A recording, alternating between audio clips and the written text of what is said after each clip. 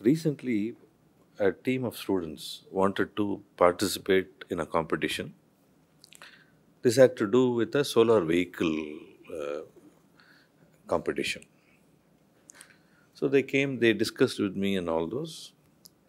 And then they figured out, okay, they had to start with a simple contraption of solar vehicle, which would have the solar panel and an electric vehicle which is connected to that. Very simple in its form. Just to start experiencing that. So now their funds were not that much, and therefore they had to now find out who would offer to help them in terms of providing with an electric vehicle and a solar panel. So I connected them with an alumnus who was willing to give a solar panel. Now it came down to a single thing that they had to get, which is electric vehicle. So I suggested, okay, we have Dean Students' Office where they had bought a lot of electric vehicles. Maybe they have a spare, you can go and ask. Sir, can you ask? Because there was that hesitation. What if he says no? So what happened was, I sort of pushed them to a certain extent. They went and asked. When they asked, he said no. And then they came back. I said, did you ask him why he said no? Oh, no, sir, we didn't ask. I said, well, go back and ask that question again. Persist. So they went and asked, and he had a reply.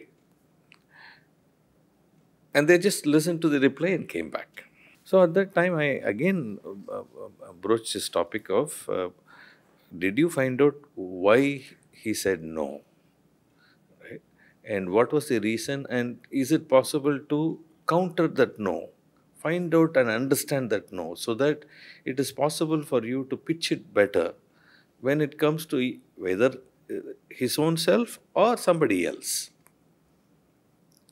Anyway, the story goes that way, and finally they ended up finding an electric vehicle with somebody who was doing something with electric vehicle elsewhere.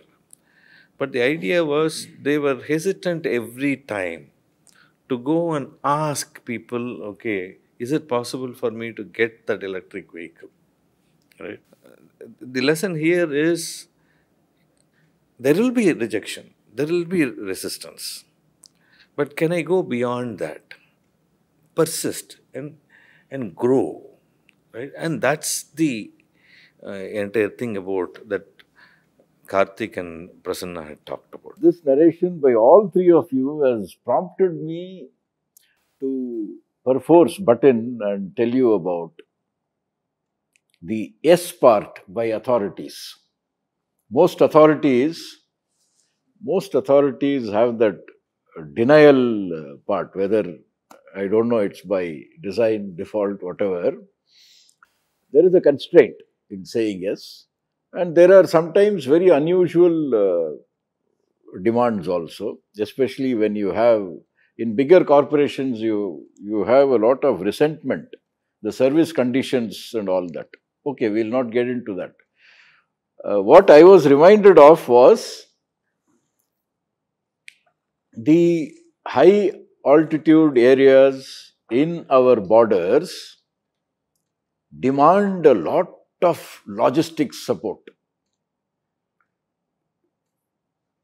Logistics support where there is no surface transport, there is no road, it is only snow up to 13, 15, 40 feet of snow. Places like Dras, Kargil and such other, Bandipura and all that. Or even in the east, Arunachal and beyond.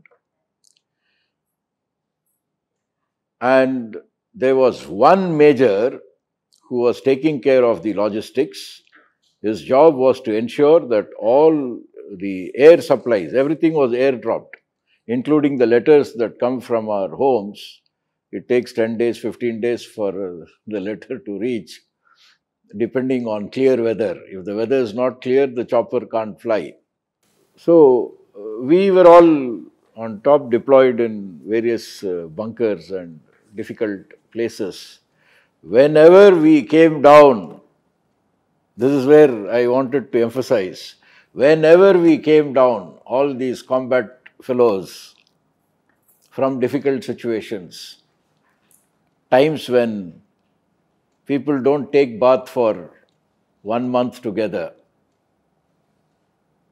At a point of time, I didn't take bath for 2 months together.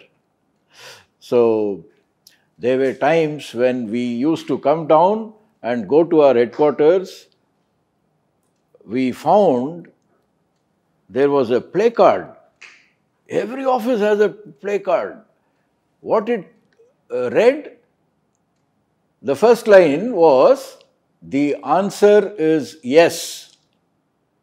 The first line is, "The answer is yes. Please ask me what you want." How is it?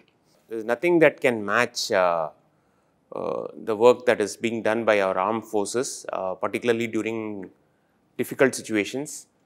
And no amount of thank you and giving back can equal it. Wonderful episode to sum up the whole thing.